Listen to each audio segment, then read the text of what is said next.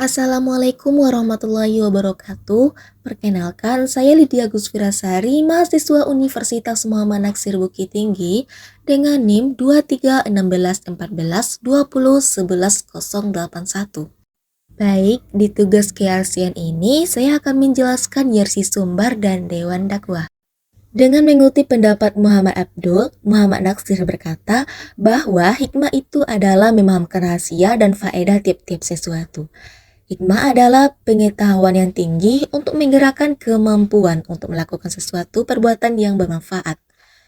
Siapa yang diberikan hikmah, sesungguhnya dia diberikan kebijakan yang banyak dan tidak ada yang dapat mengambil pelajaran kecuali orang yang berakal sehat. Al-Quran, Al-Baqarah ayat 269. Hikmah bisa disebut juga dengan wisdom, kebijakan, atau filsafat. Setiap kita adalah daki, penyampaian informasi atau berita besar, sesuai dengan latar belakang ilmu pengetahuan kita. Apapun aktivitas kita, maka kita sedang berdakwah, baik di dunia politik, pendidikan, perdagangan, bertani, beternak, dan aktif di kantor. Muhammad Natsir selalu memulai uraian tentang dakwah beliau dengan mengutip Quran Surah Ali Imran ayat 124. Hendaknya kita masuk segolongan umat mengajak, berdakwah kepada al-khair, kebaikan yang universal, menyuruh dengan ma'ruf dan mencegah dari yang munkar. Dalam ayat ini ada kata kepada, dengan, dan dari.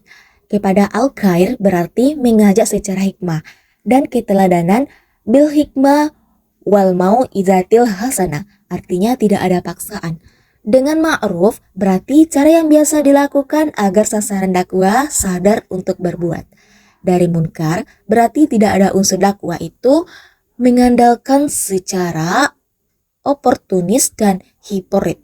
Melihat yang munkar, ubah dengan kekuasaan. Jika tidak mampu, dengan memberikan nasihat. Jika tidak mampu juga, baru dengan berpaling atau tidak ikut berbuat munkar.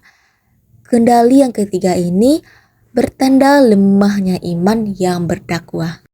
Selain dari berdakwah melalui hikmah atau bijak, Muhammad Natsir juga mengedepankan satu lagi istilah, yakni dakwah bilham. Istilah ini adalah istilah yang beliau cetuskan sendiri sebagai perdana istilah dakwah bil lisan. Yang pertama ada dakwah bil lisan adalah berdakwah dengan kata-kata seperti berpidato, ceramah, orasi, dan lain sebagainya. Ada kala tidak ada diskusi dan ada kala ada. Yang kedua, dakwah bilhal adalah dakwah dengan perilaku atau tindakan aksi nyata. Selanjutnya, Muhammad Natsir berpolitik melalui jalur dakwah. Beliau pernah menjadi Perdana Menteri pada masa-masa Presiden Soekarno. Berpolemik dengan Soekarno tentang azas negara, Natsir ingin negara Islam, sementara Soekarno ingin negara sekuler, tapi keduanya tidak berhasil. Diutus pada masa Soekarno ke Aceh memberantas pasukan Daud Beuruh, tapi malah berangkulan dengan Daud Beuruh. Anda Muslim, saya juga Muslim. Jika ada di antara kita yang mati dalam pertempuran, tidak ada yang mati syahid. Pernah menjadi mediator mempertemukan Soekarno dengan PM Jepang bagaimana Jepang bisa berinteraksi di Indonesia.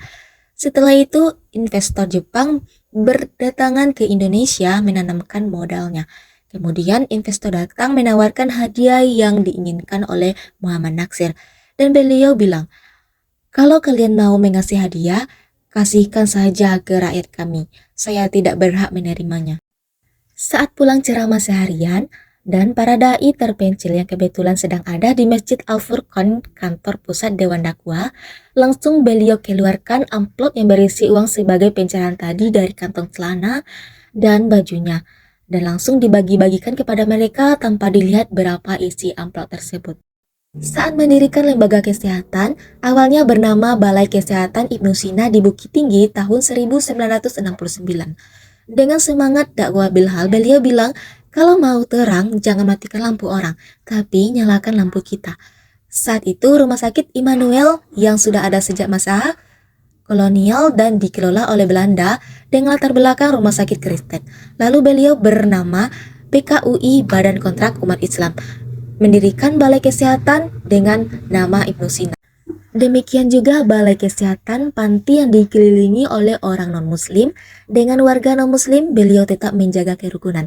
Muhammad Natsir menghindari dari memperkatakan perbuatan, tetapi memperbuat apa yang dikatakan. Pada saat Muhammad Natsir memimpin pemerintahan, Perdana Menteri, Undang-Undang Pendidikan belum ada. Beliau meminta Menteri Pendidikan, Pengajaran dan Kebudayaan Dr. Bandar Johan, Menteri Agama Wahid Hashim merumuskan bagaimana pendidikan agama diajarkan di sekolah umum. Kedua menteri ini melahirkan peraturan bersama tahun 1951 yang berisikan perlunya pendidikan agama diajarkan di sekolah-sekolah umum. Sampai saat sekarang, pendidikan agama menjadi mata pelajaran wajib di semua sekolah umum dan perguruan tinggi. Jadi, kampus kita sekarang ini, yakni Universitas Muhammad Natsir, adalah untuk mengenang jasa beliau dalam berdakwah di bidang pendidikan. Universitas Muhammad Natsir kita disebut kepanjangan saja dari Univ M Natsir, atau jika sudah familiar disebut Muhammad Natsir saja, kurang pas dengan sebutan UMN. Sebagai bagian dari civitas akademik, mahasiswa, dosen, dan pengelola kampus harus membaca dan mengenal biografi beliau.